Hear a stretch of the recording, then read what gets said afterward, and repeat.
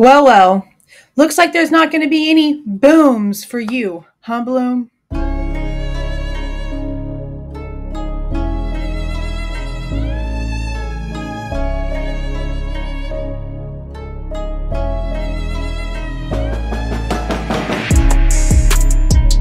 Hey guys, this is Jules with True Crime Reactions.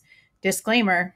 Everything stated in this video is my opinion and my opinion only. And just like everything else in these cases we discuss here on this channel, everything is alleged. So a few weeks ago, we talked about a channel named Andrew D. Meyer. It's a lawyer's channel. They do panels when it comes to the Bryan Kohberger Idaho 4 case.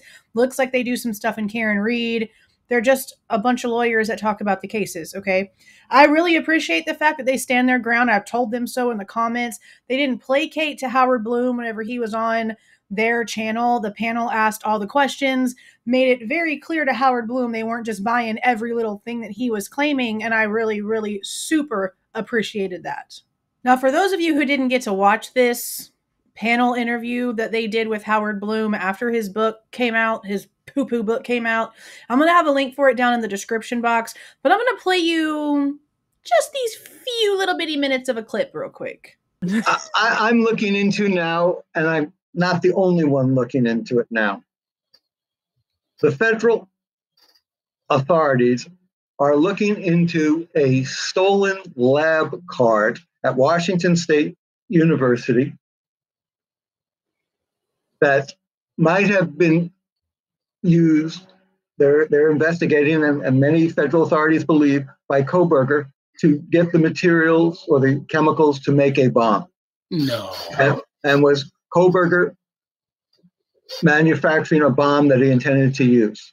Where he was going to use it? Was the house a target for a bomb? Was it somewhere else? But this is what is still being investigated as we sit here and speak today. When they went through his apartment there at WSU, did they find anything? Did they find any bomb-making materials? Did they find a cart? Did they find any evidence of that?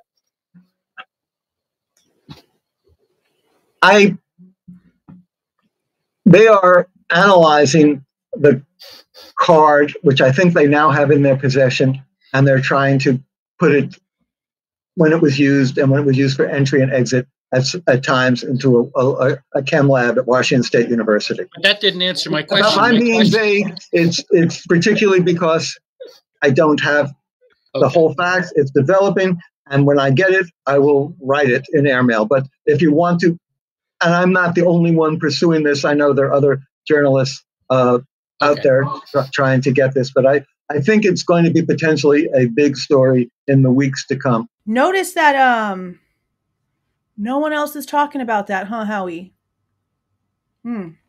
Yeah. Now, I find it interesting that he tried to act as if this was something that was new that was going on, that the feds had been looking into like recently, as of a month ago. Literally a month ago is the time that this interview was posted. But the ID cards found in a glove inside of a box at Bryan Kohberger's parents' house, that was taken on the day of his arrest. It's literally in the inventory sheets that we pretty much all received. And if you guys haven't viewed those, they're all over the place. And eventually we're going to go back through them again here on this channel on a live so that you guys can ask questions. But I like the fact that they asked, okay, well, when his apartment was searched, did they find anything that makes any of this make sense? And you notice how Blum just keeps on like catching himself. He's not able to really form sentences for some of his rebuttals because he knows he's full of shit. If any of those cards would have been relevant to this situation, this wouldn't be something that the cops were looking at recently. This would be something that they would have instantly started wondering and working on the day of his arrest.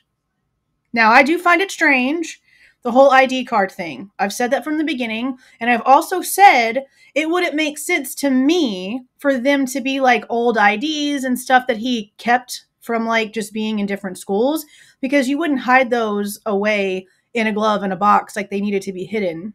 But we also know that they do not belong to the victims because Ann Taylor has come out and claimed no connection whatsoever, and we've kind of already been told they don't belong to the victims. Now, we don't know who they belong to.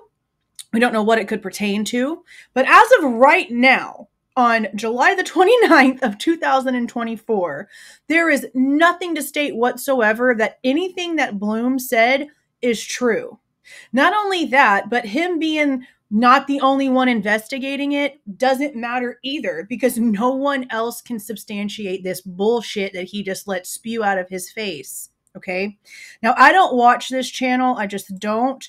But I was alerted to a community post from this channel from somebody that I go back and forth with over on Twitter. So I just want to read this to you guys because it's important. And this person actually does go to Moscow, Idaho. I don't have any reason to believe that this portion I'm about to read to you is false in any way. So this is from Truth and Transparency, and it states, allegedly, Steve G and his attorney wanted mainstream media to go forward with Bryan Kohberger building a bomb by breaking into a science lab for over a month. Mainstream media reached out to a handful of people to vet this info from Steve, but this can't be vetted ever because it never happened. So what does that mean to me?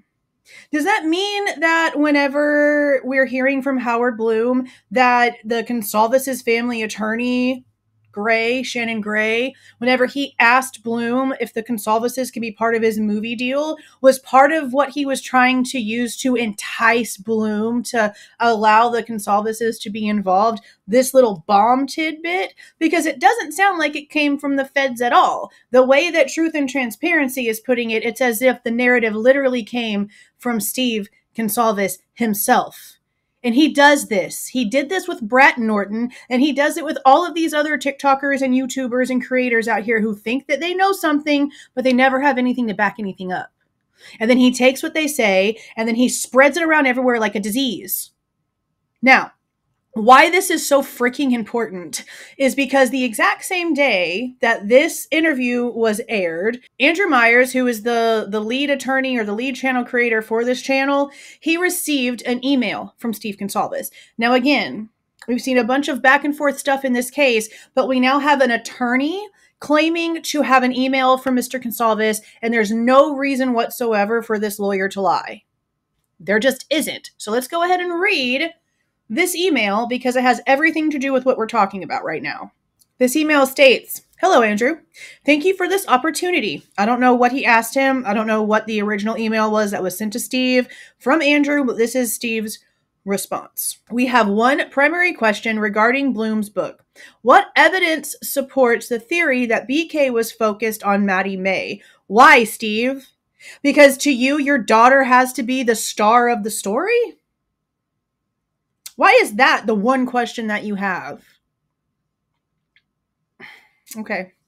In our recent meeting with the prosecution team, they expressed difficulty in establishing direct connections between BK and the victims.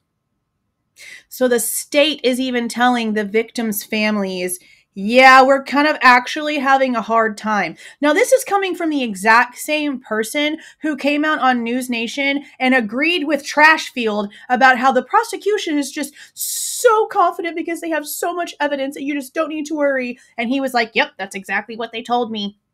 But now in June of 2024, you're sending a lawyer's office emails claiming that the state can't put a direct connection together? Duh, they can't, Steve. We've been telling you that for well over a year now. Seriously, where have you been?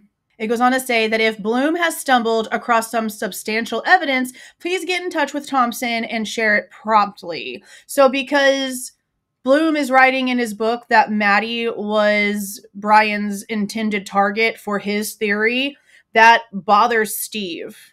Not only because they can't find a direct connection, but because why? Because it's Maddie and not Kaylee. I don't appreciate the Goncalves whatsoever. To me, they're fake. Sorry, not sorry about it. This is the fakest family I think I've ever seen when it comes to these cases. And there's been some doozies, okay? But the way that they handle this entire thing and the way that they're flaunting everything all over Facebook, it's just gross, honestly. It's pretty gross. It just is what it is. It goes on. We are collaborating with a digital forensic company to strengthen these connections.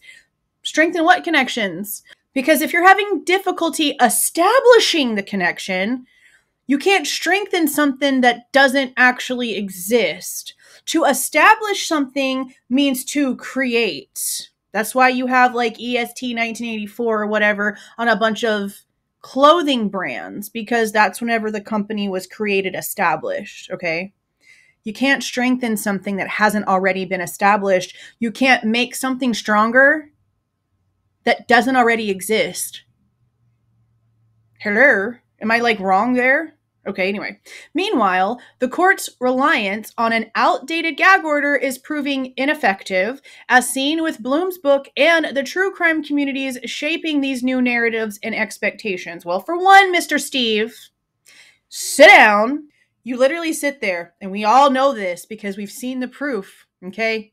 You sit there and whoever else is actually doing all of this, okay? And you take your theories and these narratives from all of these people who are out here on these platforms, whether it be YouTube, TikTok, Twitter, Reddit, it doesn't matter. You take those and then you share them with all of these other people. And then you wonder how stuff got so stupidly discombobulated. You, sir, you are half of the reason why this is so ridiculously dumb. It is the prosecution's responsibility to present the unembellished truth without any fictional elements, and their task becomes increasingly difficult with each passing. But they don't have a connection at all. It's going to remain increasingly difficult because you're working off of nothing. Literally no leg to stand on. Literally. We no longer live in a world where media is centralized on black and white TVs run by the ABC networks. No, because back in those days, we were the remotes, right, guys?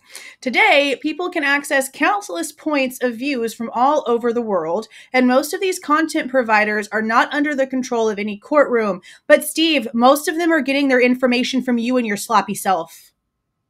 Ugh. See how he takes like no accountability whatsoever? Let's hope Judge wakes up and starts being proactive in addressing this situation. Thank you for your time and efforts in this case, Steve Goncalves. And I'm going to keep my stance. I don't regret a damn thing that I've ever said. Steve is messy. He caused a lot of drama. And honestly, the only thing that we ever really saw Christy do was go on the Drunk Turkey show. Seriously, everything else has been Steve. People talk about how women do this. It's been Steve this entire time. And it's been really, really, really, really bad. So I don't see how you can sit here, Steve, say this kind of stuff to an attorney, knowing that we've been doing this now for 18, 19 months, and say that the prosecution can still not find a direct connection. You have nothing. And instead of you being out there asking the right questions and really trying to figure out what's going on here, this is what you're like obsessing over, is nothing. This is just insane. So it really wouldn't surprise me at all if Steve Goncalves' people are the ones who started this whole bomb thing out of disparity and really nothing more. I mean, I get it, but the fact that he's sitting here just acting as if this is normal behavior, it's not. I understand you've lost a child, okay? But you're sitting here trying to make sure that another set of parents also loses their child while having no evidence that it's worth it.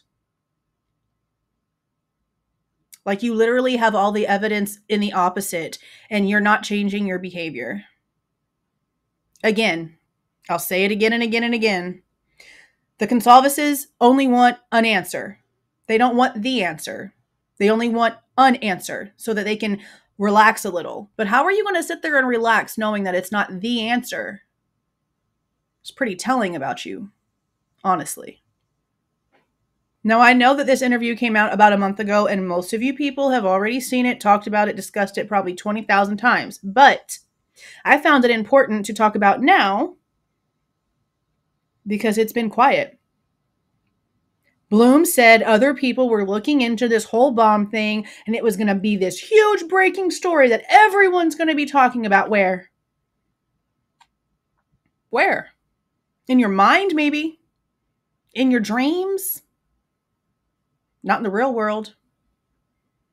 Just insane. Insane. But that is it, you guys. Let me know what y'all think down in the comments. If you like the way that I present this information and give my opinion, please do not forget to leave a like on your way out and subscribe to the channel if you were not subscribed already. See y'all.